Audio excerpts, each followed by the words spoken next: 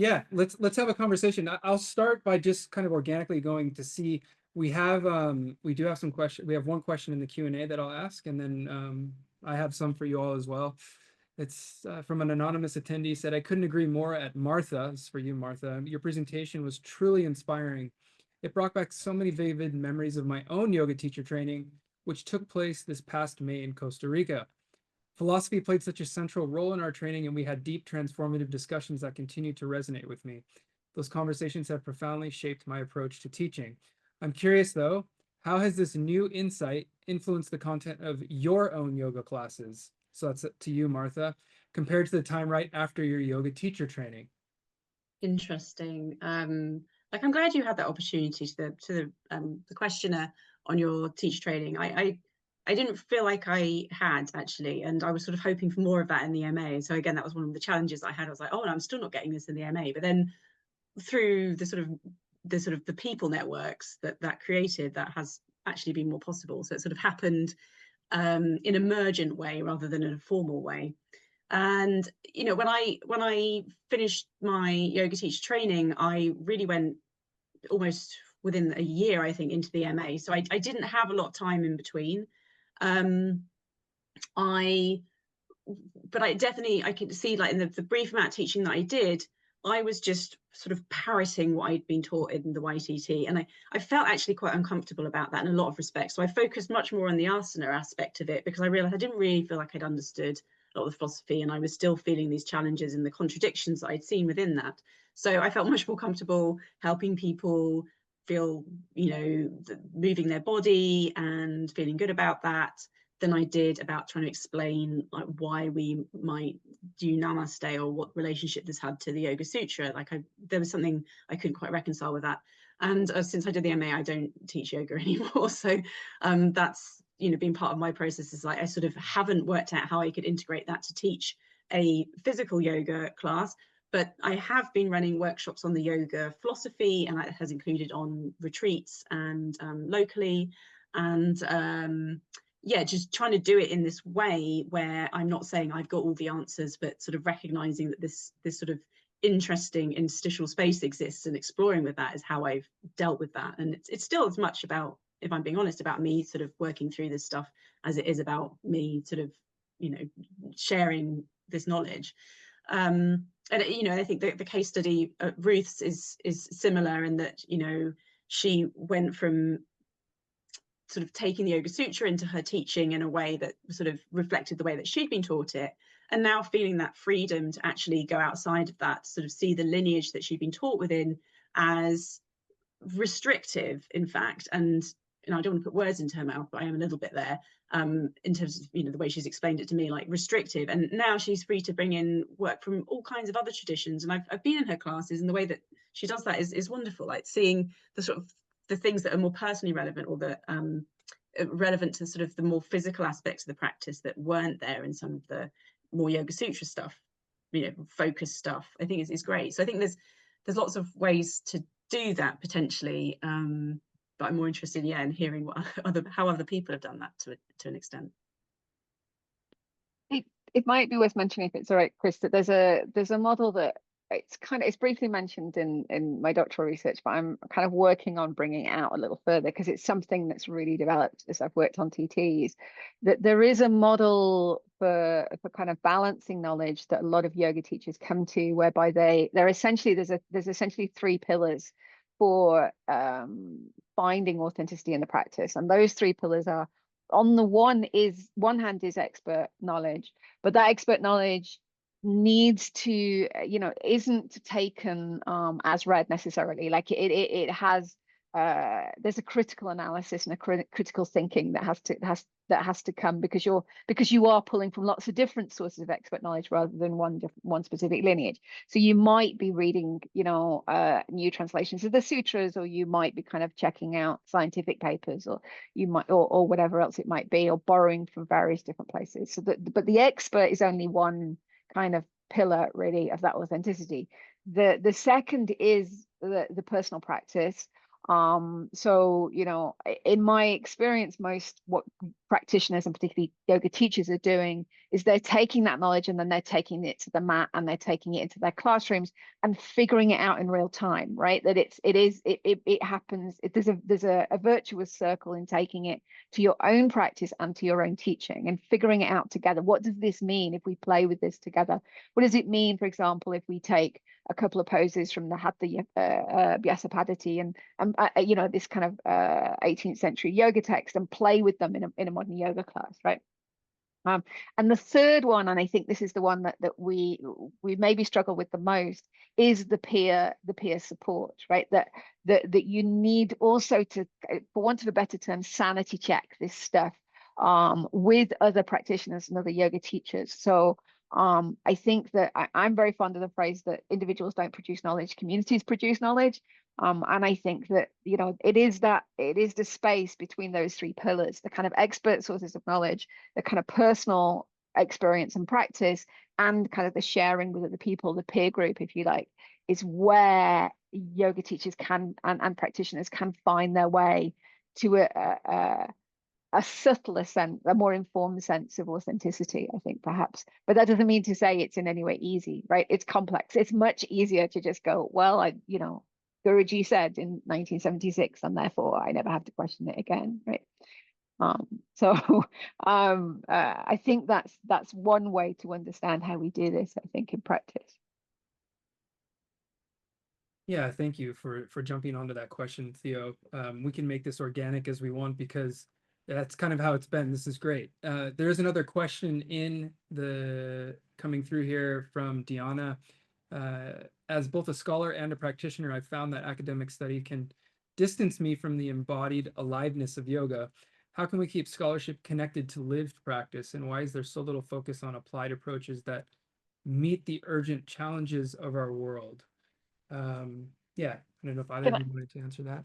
Can I speak to that? Because I think that I'm going to answer the question in a way that perhaps Diana doesn't expect. So I'm going to talk about, again, the academic production of knowledge. There's kind of two questions here. One is, you know, how is scholarship connected to lived practice? So as someone who conducted doctoral research in which it was very important to me to stay connected to lived practice. So it's really hard. It's just really hard.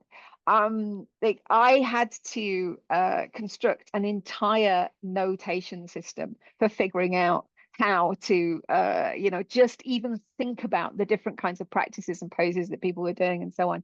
I spent a lot of time hanging out at festivals and classes and doing the work of being with the practice and being an academic at the same time. It's just really hard to do. I am by no means the only person who's done this. I think Matilda Czokos's work and Laura, who's, you know, on the call as well, Laura von Ostrowski's work. You know, there are people looking at what does it mean that yoga is an embodied practice, and there's some fantastic work being done on that. But it's slow and it's painstaking because it's really hard to do. And that comes to the second part, I think, of Diana's question: why is there so little focus on applied approaches that meet the urgencies, challenges of our world? Honestly speaking, if you want an academic piece of work to address something urgent, it's not going to happen because it takes, you know, years for things to be written and years for things to be published. So part of the struggle that we have, I think, as academics in yoga studies, is that practitioners are constantly actually asking us, but what do we do about AI in yoga teaching? Or what do we do about this? Or what do we do about that? And we're trying all the time to kind of, we're on the back foot, if you like, all the time, trying to keep up with the incredibly fast evolution that we see in contemporary yoga. I don't know if Martha's got anything to add. I think I'm slightly saying it's not our fault. No, I mean, I'm grateful you had an answer because I sort of don't, Diana. I think that I've absolutely found this, and there was sort of a point within the MA where I was like, why am I doing this to myself? I had such a wonderful practice. I've sort of ruined it because now I'm in my head, and the whole point was to get out of it. And I don't know, it's sort of a sickness. I can't stop myself sort of, I don't know, maybe this is my problem of just wanting to intellectualize everything instead of actually being it. But I just find it really interesting, and I am still experiencing sort of personal value, like personal revelation and personal reflection through this academic practice. And so I'm still getting something out of it.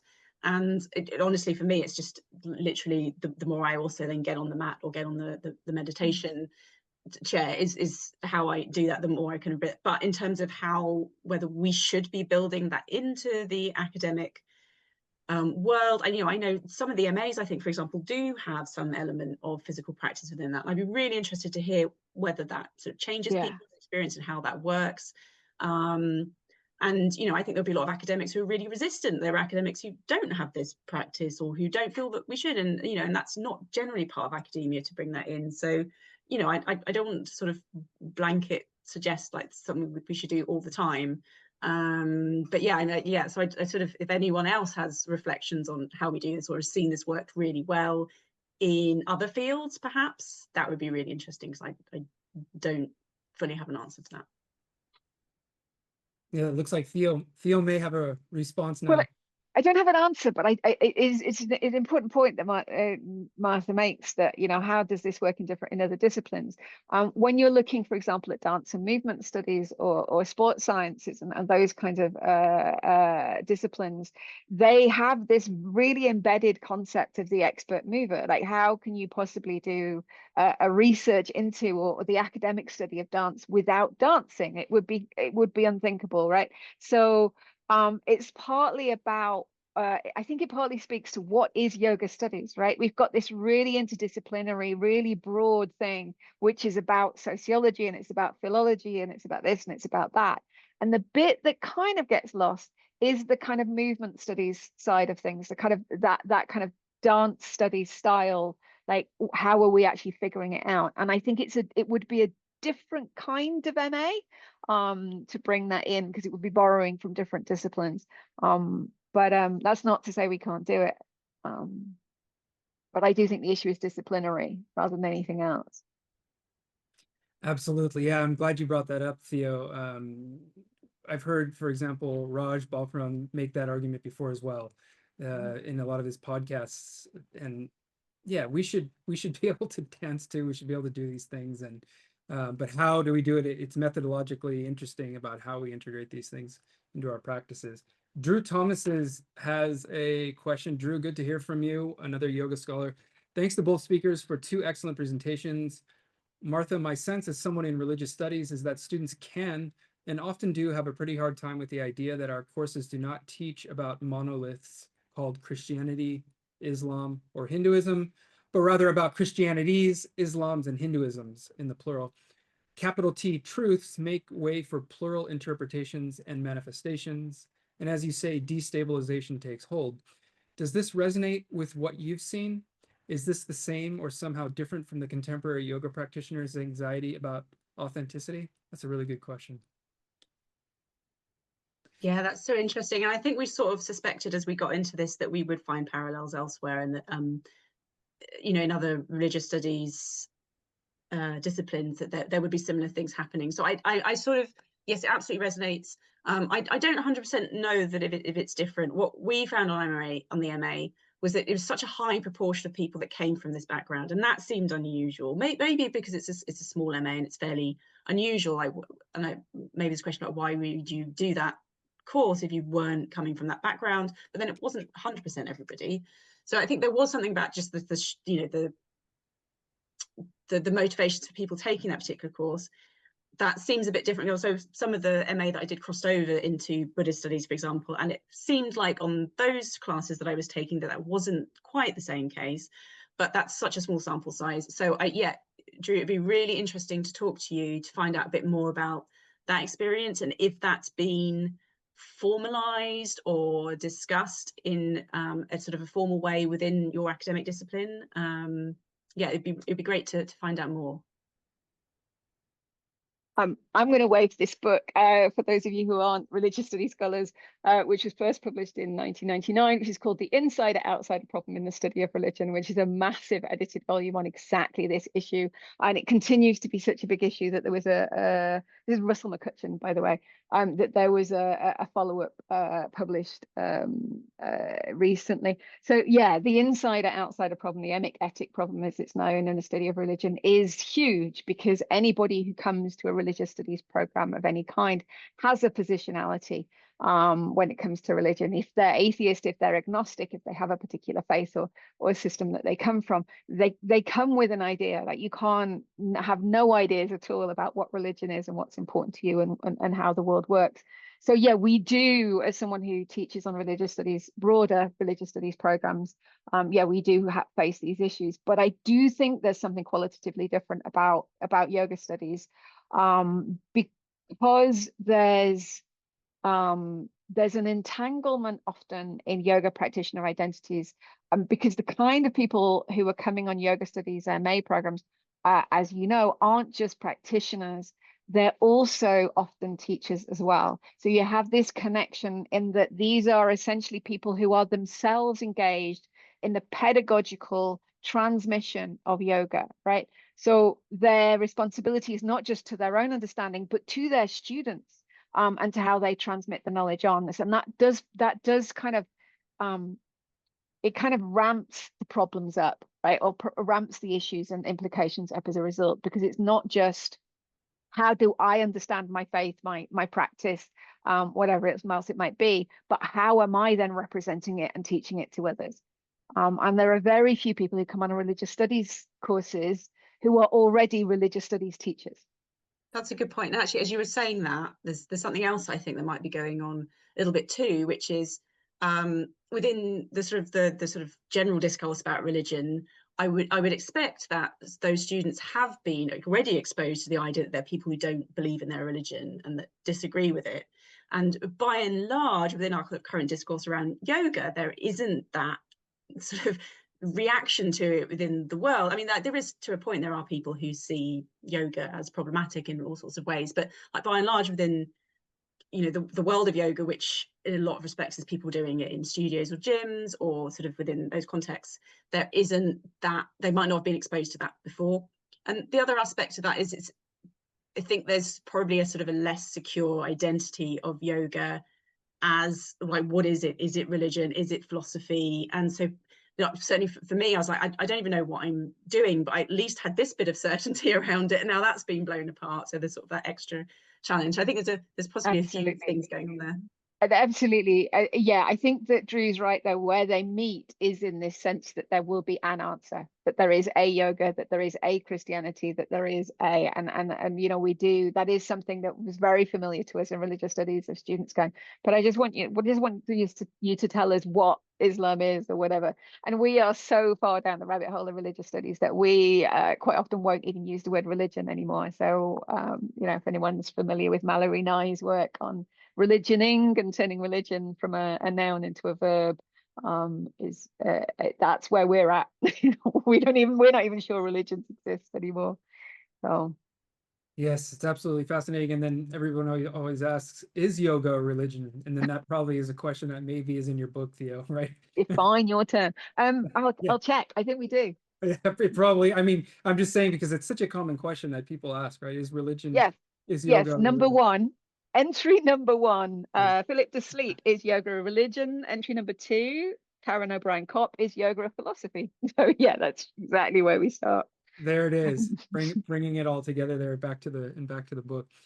Yeah, it's interesting with yoga practitioners. I think something I took from what all of you said there and what Drew asked is, in some ways, yoga teachers come to you already formed, whereas people who are practitioners of other traditions aren't always formed in such a strong way, even though they have strong beliefs. They're sort of the ones disseminating the knowledge. And so in a way, when you're educating yoga teachers, you're calling into question the knowledge producers themselves when you're presenting to them new evidence and new information. And so it adds a layer of complexity to the challenge. I think thinking about it, it would be interesting to draw a comparison with kind of the more advanced theological training. Would be interesting because you get a lot of people on that who are already engaged in ministry and social work and similar things. So I think some of those courses might have interesting comparisons. Yeah, absolutely. Yeah. Another question, because there is a comment from Teresa Heinisch in the Q&A that that's directed to you as appreciation for this and the destabilizing being real. And so I might come back to that, but to keep the conversation going, if it's okay, I just have another question here that I was thinking about, which was that how much in your teaching, Martha, in your study, I saw decolonialization come up as one of the pedagogical things, and also in your book, maybe, Theo, how much does the kind of colonial history of yoga studies, how is that received by your students? And the reason I ask is because when I teach it, it's one of the hardest things for my students to kind of, I don't know, just to look at it, right? The kind of the colonial history, the way it's been inherited, the way texts, for example, the Yoga Sutra is a good example. We've heard it from both of you. The way texts have become part of the yoga canon, that kind of social history, colonial history of yoga, to what extent does that have a destabilizing effect? And I mean, is it even something that was in your study, for example, Martha? Yeah, so it certainly challenged me thinking about that, and that was really early on in the yoga MA, is we looked at that sort of the relationship between the history of yoga and colonization, you know, sort of like the history of even like the term Hinduism and its relationship to sort of you know, the colonizers, and that was sort of like off week one on the MA, and that was like, oh, okay, something I thought was wonderful is already hugely problematic, and trying to square that with, you know, did I separate the history from the practice, all those sorts of things. So yeah, it's really challenging to me, and I think other people have done a much better job currently of sort of talking about that. And in all sorts of contexts, like I really like the Yoga is Dead podcast and the way that they've explored that in sort of less academic settings. And there's lots of people sort of theorizing around it.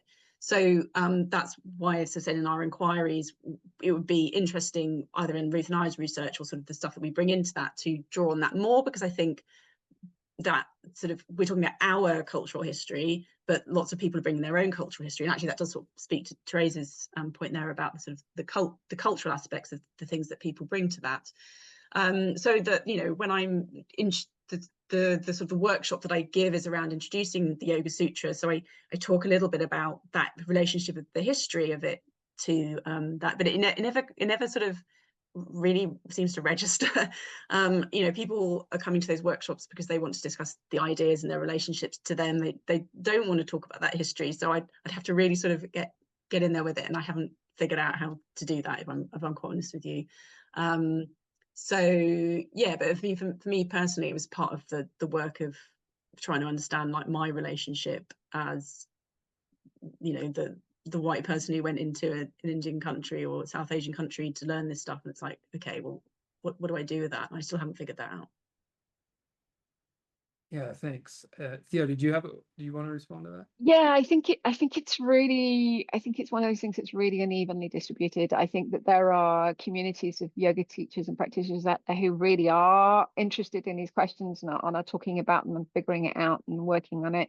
And there are communities who, you know, just feel like it's all just too difficult and don't want to. And I don't want to kind of cast any kind of shade on those communities that aren't up for this. At the end of the day, I think that I get asked about it quite a bit by yoga teachers, and I, first of all, I say that I think it is about plurality of voices and who you're asking the question to, that you I will generally as far as possible defer to kind of people of color, to kind of, and scholars and practitioners within these spaces, to kind of talk about these questions. And it's been a joy. It's always a joy to kind of be able to platform those voices and have those conversations. So I would see my role as much more about platforming those contributions than giving the answer myself. But it needs to be a plurality of voices, and it needs to be a plurality of perspectives. And finally, I think when it comes to kind of colonial, the kind of that colonial kind of, you know, ongoing issues with colonialism, because it's not something that's solved or finished, we're not going to solve it on a yoga mat. It's not going to happen. And it is supposed to be uncomfortable. These conversations are supposed to be difficult, and they're supposed to be uncomfortable, and they need to be had with kind of open minds and open hearts, in spaces that are as safe and as brave as possible. And so long as we can keep doing that, then we can do, you know, what we can. But I'm reminded of a kind of dear friend of mine, Simran Upal, who's in one of my other books, who once said to me, look, if you really want more brown people teaching yoga, then you have to solve capitalism. Like that, at the end of the day, that's what it comes down to, right? How are you going to solve neoliberalism? How are you going to solve late stage capitalism? How are you going to, you know, deal with the billionaires? Because these are the kinds of questions we really need to solve if you really want more equality in the world. So yeah, that's not going to happen on a yoga mat, but that doesn't mean to say we shouldn't keep having these important conversations, and do what we can together, I think. Yeah, thank you. Thanks for your reflections. Yeah, these can be just to go along with the conference theme and and in this panel, they can be destabilizing conversations, and so I'm glad we're talking about it here, and we will continue to. And you know, oftentimes even in some of the decolonial discourse itself, you start to see that starts to become a little bit anti-historical, and that starts to be a bit problematic. But then, you know, I as a white passing guy here, I often then have to kind of step back and say, okay, where is my inner? Do I intervene here? Do I not? And as you all have pointed out, we all have a certain positionality in this conversation, so it makes it quite complicated and complex. So thank you for answering the question. And we are coming. Yeah, is there any Sorry, final thoughts? yeah, Before we... just finally to say, I think it's really important to remember that we're only offering one kind of answer as academics. Like we can only speak from our own positionality and our own kind of disciplines, right? So, you know, we might, if you're a historian, you might be able to say, well, there is no evidence of this thing, but that does not mean to say that your memories of it and what your grandmother told you and so on and so forth is not real, right? There's a big difference. Like we're not making pronouncements. Hopefully none of us are making pronouncements on the ultimate truth of yoga. We've all only got little pieces of the picture, right? That's right. Yeah, Martha, did you want to say anything before we bring it to a close? Just two things very quickly. Just like speaking to Theresa's point, and hello Therese, we're both on the MA together, so we've had lots of these conversations. It's interesting, like, you know, I'm sort of tempted to blame in scare quotes the sort of the way that yoga and yoga teaching is taught, but like Theresa's point is that there's cultural things here as well about whether people are used to sort of challenging teachings and so on. So that's really interesting. I'd like to explore that a bit more. And yeah, just, you know, to reiterate what Theo said, is nothing that we're trying to do with our research is saying that we've got all the answers. We just didn't see anybody talking about this, and yes, this was such a profound experience for us. So we're sort of raising these questions, and whether we continue this research or whether other people want to kind of carry this conversation on, like let's do it, because I think it is something that's probably I've had some like quite interesting comments back on in sort of private chat with people going like, yes, this is my experience too. So I think it sort of turns out it is worth highlighting this, and however we have these discussions, it's sort of worth continuing them. So let's do it. It's important. Absolutely. So follow Martha Henson's work, buy Theo's book. It's affordable. And the point of this was not to sell Theo's book. No, please. I mean, I'm not going to make any money anyway. Buy it because it's a good book and lots of good people in it. Celebrate. Yeah, it's to celebrate this wonderful accomplishment, which was literally in the last week or so that you received that, right? So it's wonderful that you were all here. Thank you, Theo. Thank you, Martha.